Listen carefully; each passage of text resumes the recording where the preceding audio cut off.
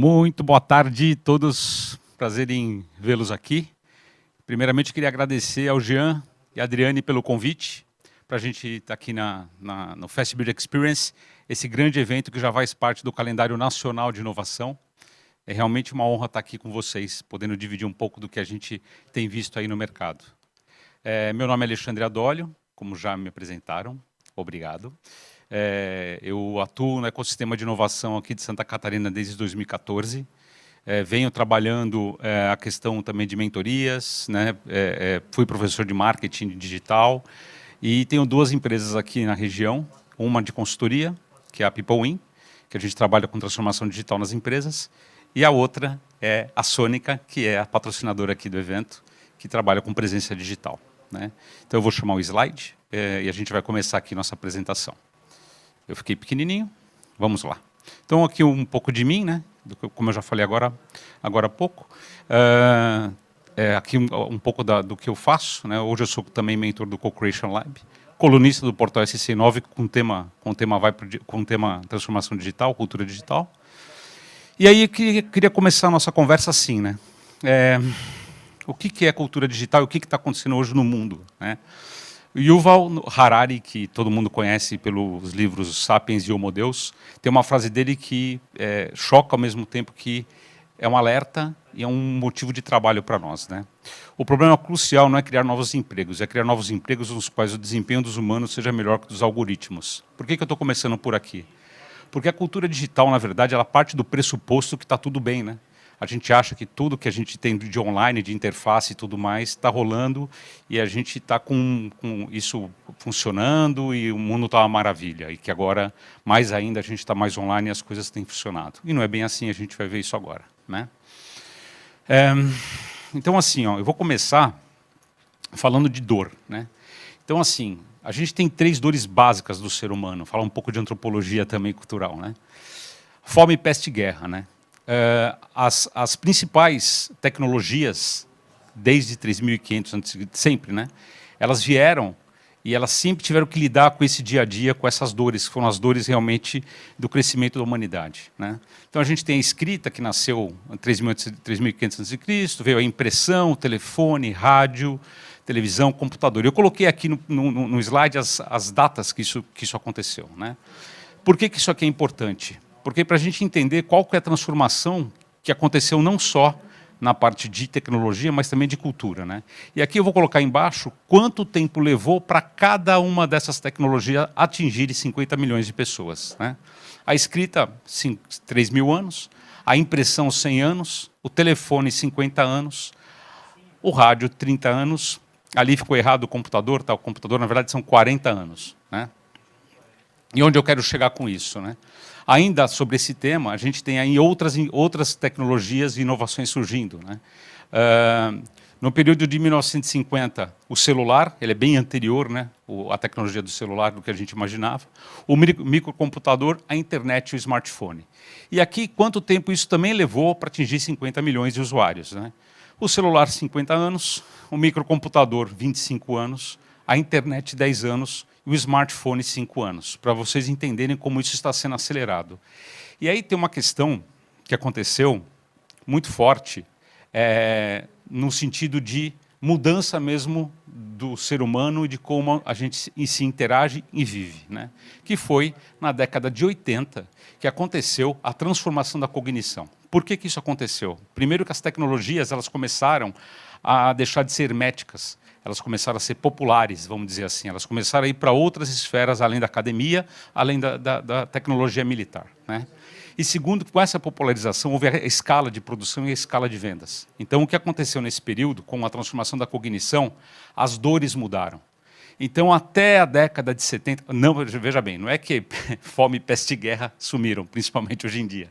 Eu estou dizendo que isso passou a ser, como o Yuval ele fala, passou a ser um problema que a gente entende ele como se ele fosse aconteceu sem querer, ou quase como assim, faz parte da vida. Não é mais base de dor, né? Como era no passado. Hoje, As dores são propósito, pertencimento e autoidentidade. Pode reparar que mudou muito, né? A maioria, o mundo nunca esteve tão bem no ponto de vista de saúde, alimentação. Existe muita coisa ruim, mas, na verdade, isso não é uma dor persistente, né? Então, as tecnologias mudaram a cognição e nossas dores passaram a ser, além das dores que já existiam, outras dores. E por que a gente fala disso, né? A transformação da cognição, ela começa a partir do momento que a tecnologia passa a ser intelectual também, e não só uma tecnologia puramente técnica, né? E o que isso quer dizer? Quer dizer que agora os pensadores estão se apoiando na tecnologia para se desenvolverem seus estudos e suas pesquisas, né? Isso não acontecia antigamente, muito antigamente, era na base do boca a boca, depois dos livros, do compartilhamento do conhecimento em aulas. Quando a internet se popularizou, a tecnologia intelectual se propagou de forma muito forte. E aí o que a gente tem? O que nós temos é a reorganização da visão do mundo e a modificação dos reflexos mentais. O que isso quer dizer? O mundo, como é hoje, ele está moldado pelas tecnologias que estão aí, né? Não existe mais um mundo que eu consigo segurar uma informação por muito tempo, ou um mundo em que eu não consiga transitar dinheiro por muito tempo. Essas paredes estão caindo cada vez mais. E a modificação dos reflexos mentais é assim, quando você fazia antigamente um DDD para alguma cidade, você queria falar com alguém que morava em outra cidade, você tinha que pedir para telefonista, e depois você tinha que fazer um DDD, né? Era uma fortuna, uma descarga, um DDI então, né? Os nossos reflexos hoje, eu quero falar com uma pessoa, eu já mando um texto na hora, ou um áudio de WhatsApp, né? Isso mudou profundamente nossa relação entre as pessoas, está acelerando alguns processos que não são tão bons de ser acelerados assim, né? Então vamos para a equação de Moore. Quem trabalha com tecnologia já conhece essa equação, né? Que ele diz o seguinte: a velocidade de um chip duplica a cada 18 meses. Né? O que isso quer dizer? Que a cada 18 meses, a velocidade de processamento de um computador ele vai duplicar e ele vai fazer o seguinte, ele vai ser baseado num outro. Por quê? Além da equação de Moore, a gente se baseia na lei dos retornos acelerados. Essa é boa, né? A lei dos retornos acelerados fala o seguinte, que toda tecnologia existente ela já é patamar para a próxima. Ou seja, a lei de Moore vem de um lado empurrando para a velocidade e o patamar que existe aqui, ele já é, o que existe aqui hoje já é uma base para a próxima rodada. E o que isso implica, né? Pô, isso aí todo mundo sabe, eu estou vendo as coisas acontecerem, só que nunca aconteceu com tamanha velocidade e a percepção das pessoas em relação a essa velocidade não é certa. Está todo mundo pensando que o WhatsApp está melhorando, aquilo está melhorando, aquilo é a nossa interface do dia a dia, né? Mas tem umas outras coisas acontecendo que saem do nosso radar. E uma delas, né, em 2017, a Intel ela anunciou investimento em computação quântica e engenharia neuromórfica, né? Eu já explico o que é. E em 2019, o Google falou o seguinte, não, a gente não só está fazendo computação quântica, quanto a gente atingiu a supremacia quântica. E o que quer dizer isso, né? Esses dois setores aqui que estão impactando a nossa cultura digital. A computação quântica, está aqui o computador quântico do Google, ele consegue uma velocidade de 53 qubits. Tá? Eu vou botar isso em bits para você ver. Lê o número, né? O computador novo do Google, ele consegue 85 quatrilhões de bits, né? Para não falar de bits, megabytes, tal, eu só vou dar um exemplo. O computador mais rápido do mundo hoje, ele consegue processar um problema específico, que é o problema que eles acham o mais difícil, em 10 mil anos. Esse computador do Google levou 200 segundos. Né? Então, só para vocês terem uma ideia do nível de processamento que a gente vai ter daqui para frente em relação a esses equipamentos. Qual a dificuldade hoje? Né? O computador normal, os bits, né, a linguagem binária, é baseada em eletricidade, em positivo e negativo. O computador quântico ele é baseado em átomos, né? Próton, nêutron. Então, além disso, aquelas fases ali em cima, ele consegue, é um pouco técnico, mas ele consegue fazer não pareado, que, enfim, é muito mais rápido. E aí temos aqui a engenharia neuromórfica. Né? O que é engenharia neuromórfica? É aquela baseado no computador que aprende. Né? Então, você imagina o seguinte, imagina que você tem um smartphone que ele vai começar a aprender o seu dia a dia e ele vai fazer as coisas sozinho por você. Inclusive, mandar bom dia para sua namorada. vai ser mais ou menos isso que vai acontecer. Ele vai poder sentir, ouvir, cheirar e perceber. Então eu vou chamar um vídeo só para a gente entender qual nível que está a computação neuromórfica. Por favor, gente.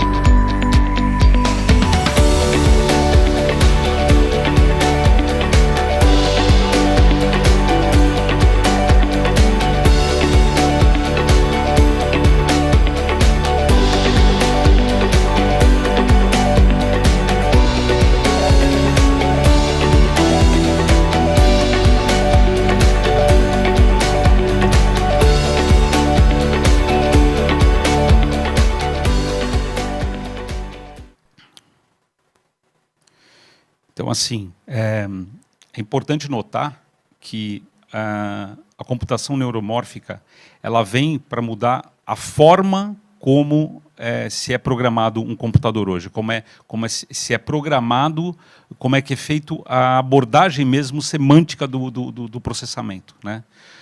No vídeo, depois até vai ter para você baixar, para você, eu vou deixar ali disponível para a organização do evento, você vai ver que o tato do robô é 1000 vezes melhor que o do ser humano, né? E a visão dele é 4000 vezes melhor que a do ser humano. Então, você vê que a gente percebe que é realmente um salto muito grande em relação ao que a gente tem hoje, e principalmente em relação ao humano. E aí imagina essas duas tecnologias hoje unidas, né, que elas vão com certeza impactar a vida como um todo, né, que as máquinas a serviço do homem passam a ser máquinas interagindo com o homem, né. A gente ainda não tem muita noção do que isso se quer dizer. Tem uma ou outra atividade acontecendo com essa interação, né? Principalmente nos robôs de chatbot, até isso é bem antigo, né? Quem vai alguns equipamentos, alguns softwares de CRM tem data marketing que dispara automaticamente um feliz aniversário no teu e-mail, né? Então a gente ainda está na pré-história disso tudo que eu estou falando, mas como eu falei, como está muito acelerado, né? A lei de Moore e a lei das vertentes, acontece que em pouquíssimo tempo isso vai estar na porta da nossa casa, né? Dentro do nosso escritório, né? E aí é diferente, né? É muito diferente máquina a serviço do homem com a máquina interagindo com o homem. Isso é importante a gente notar. E aí a gente fala de TI, né? Tem uma brincadeira que falam que a gente só lembra de TI na empresa, é que nem esgoto, né? A gente só lembra quando dá problema, né? Então a TI, na verdade, ela nasce dessa união, né? Informática, telecomunicações e mídia eletrônicas baseada em hardware e software. O que a TI fez com as pessoas? O que a tecnologia trouxe para nós, né? Ela trouxe a mudança de conceito do espaço e distância. Então, por que eu estou juntando isso com aquele conceito inicial ali do quântico e do neuromórfico? A proximidade, o espaço e a distância, o tempo que eu levo para fazer as coisas mudou. E o ser humano não está preparado para isso. Isso está causando dor, na real, né? E a gente não percebe por quê. A ansiedade que cada um sente, a gente meio que tolera a doença, né? Ah, tá doendo, mas nem tanto. Então, isso acaba causando uma série de vieses, né, psicológicos que a gente vai ter que enfrentar. Por quê? A gente está passando de uma sociedade fechada para uma sociedade aberta. E não existe mais uma forma de fechar novamente, né? Já acabou isso. Dizem que o Brasil é o país do futuro. E quando falavam isso, na verdade, foi um dos primeiros países com alta taxa de miscigenação. Isso vai acontecer no mundo inteiro. Então não tem como fechar mais a sociedade. Não tem como a sociedade ser uma situação hermética. Fora os pequenos grupos de seitas, né? Então a gente tem aqui o comportamento humano no sanduíche. Então aonde entra o comportamento humano relacionado a isso, né? Isso é importante a gente notar. Por que eu falo de cultura digital? Eu tenho muita gente trabalhando comigo que se apega muito à ferramenta, né? E eu sempre peço para dar um passo para trás. Por quê? A ferramenta não é a solução. Nunca é. Toda transformação digital, toda transformação de negócio, toda inovação tem que partir do ser humano para depois a gente achar a ferramenta, né?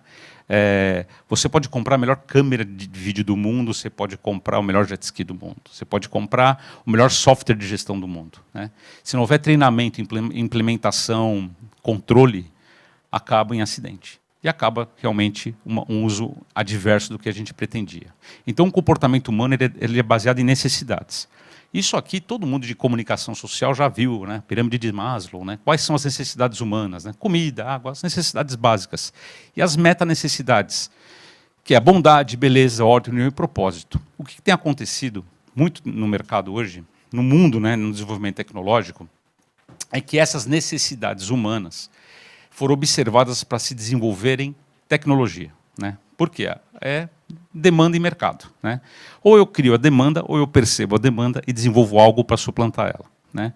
E o que aconteceu com o tempo foi que as necessidades humanas de amor, informação, comida, transporte, amizade e dinheiro, né, finanças, elas foram suplantadas, foram observadas pelas empresas de tecnologia e foram rapidamente suplantadas por elas, né?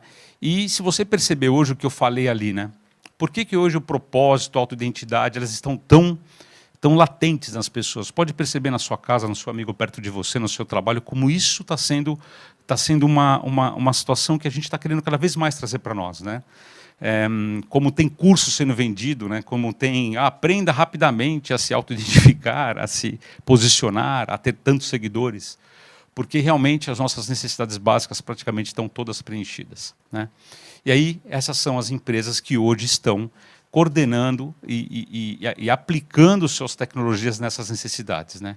Então a gente tem desde o Tinder para relacionamentos até o Nubank fazendo alguma coisa para a questão financeira, né? E por que isso é importante a gente perceber? Porque está no nosso dia a dia e influencia na nossa cultura pelo digital, né? Pelo online. Isso é importante a gente perceber. E qual o impacto da tecnologia nas atuais dores sociais que eu falei ali, né?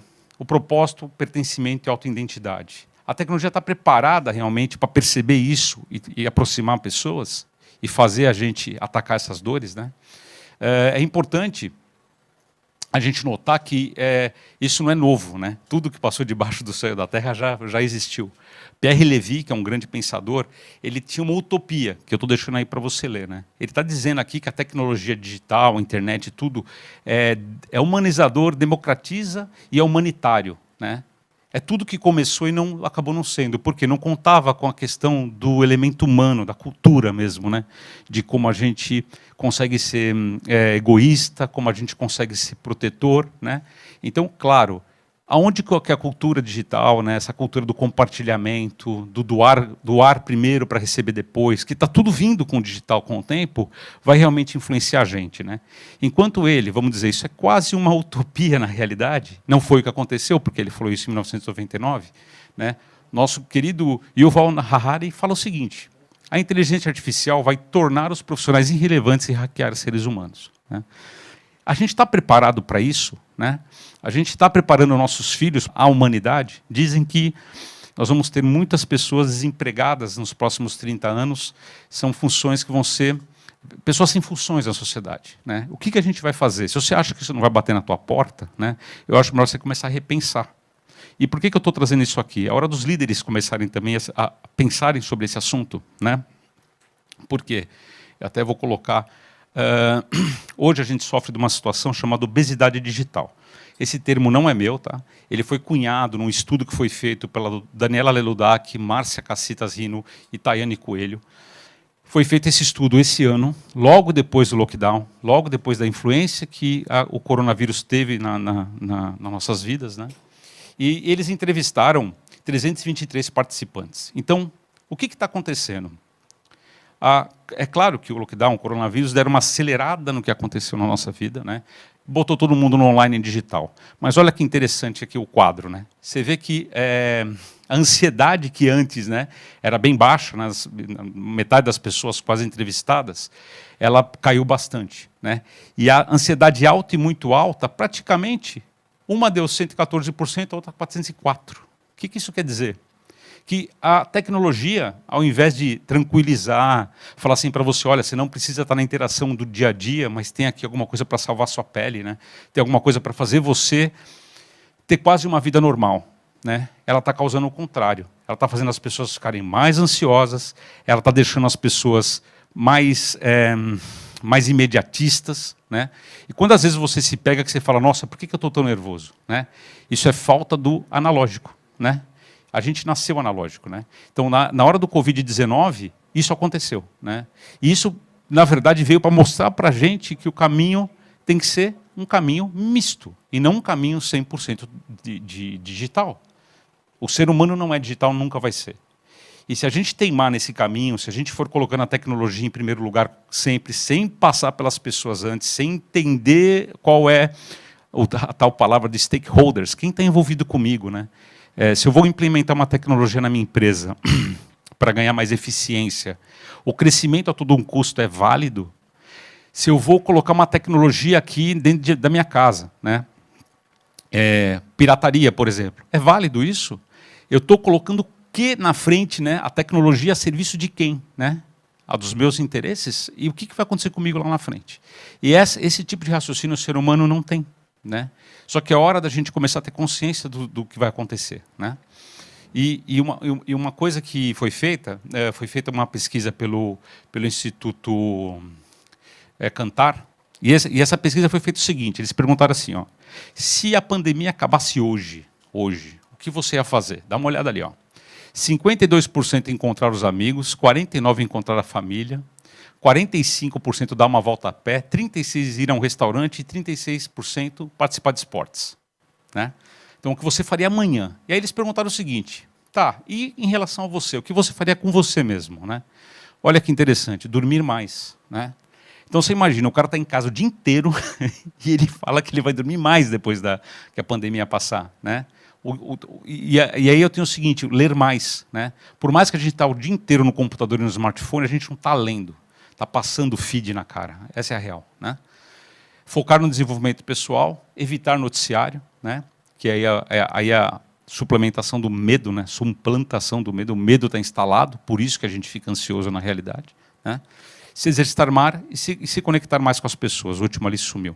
Mas, enfim, a gente percebe que, na verdade, o que as pessoas vão querer depois é o analógico. A tua empresa, teu negócio, você está preparado para isso? Né? Porque uma hora vai acabar. Né? Ou ele acaba com a gente ou a gente acaba com ele. Uma hora vai acabar. A gente está preparado para isso? A gente está pensando o que vai acontecer no dia seguinte? Né? E aí, gente, a gente chega numa encruzilhada aqui. Né? Pode tirar minha imagem, por favor. E essa encruzilhada ela fala o seguinte para todos nós, né? O quanto a tecnologia que está chegando, está sendo acelerada, ela realmente vai valer para o amanhã, né? Para o desenvolvimento do planeta, nosso pessoal, né? Eu conheço, tem um grande amigo meu que mora na praia, ele abriu mão de tudo, mas ele teve que abrir mão também de outras coisas além do trabalho, né? Ele teve que fazer outras coisas, viver com menos, ter menos, querer menos, né? A gente está preparado para esse desapego? Ou a gente está deixando ser conduzido pela tecnologia num exponencial máximo, para lá na frente a gente pensar, depois eu vejo o que vai rolar, como se fosse uma coisa, né? Assim, eu vou passar um vídeo agora para entender mais ou menos aonde eu quero chegar. E aí a gente volta daqui a pouco.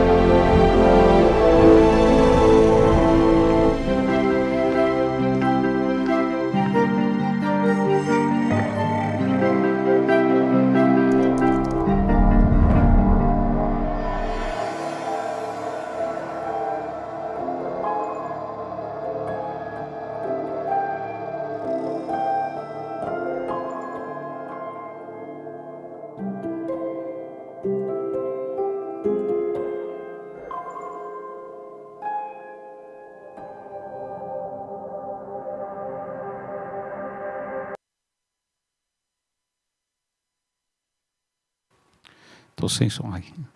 Pode voltar o slide, por favor. Então, é para mostrar que, na verdade, isso aqui também, essa encruzilhada que a gente está vivendo, vai ser uma escolha do ser humano, primeiramente uma escolha pessoal, o que eu vou fazer com a minha vida, com o meu propósito de vida, né? E se eu vou entrar na máquina de moer e continuar indo lá e trabalhando desse jeito. Existem hoje, a gente está numa fase da sociedade que a gente está indagando se das 8 às 5 é válido, se eu tenho que ter horário, se eu posso trabalhar uma parte em casa, uma parte fora. E como é que essas pessoas estão, como é que as pessoas estão hoje convivendo com o seu trabalho e com a sua produtividade, né? O fato é ali que 50% da população pode estar sem trabalho em 30 anos, por conta desse desenvolvimento. Então a gente tem que pensar qual o legado que a gente quer deixar, se a gente vai deixar essa tecnologia entrar batendo na nossa porta, né? O pé na porta da nossa vida, ou se a gente vai integrar com ela e fazer dela uma coisa melhor para todos. Então está aí. Eu vou deixar meu QR Code para quem quiser pegar meus links. Ali tem minhas redes sociais, tem também um pouco da Sônica, um pouco do Vai Pro Digital com a nossa campanha. E quem for para o nosso stand que está no Startup Village agora, e se cadastrar ali e mandar para a gente um WhatsApp, vai ter 10% de desconto nos serviços da Sônica. Beleza? Quero agradecer então aí novamente. Obrigado aí a toda a equipe aqui de transmissão. E é isso aí. Uma boa noite a todos. Amanhã tem mais Fast Build Experience. Hoje tem mais um painel aqui agora e amanhã a gente continua. Obrigado, boa noite a todos.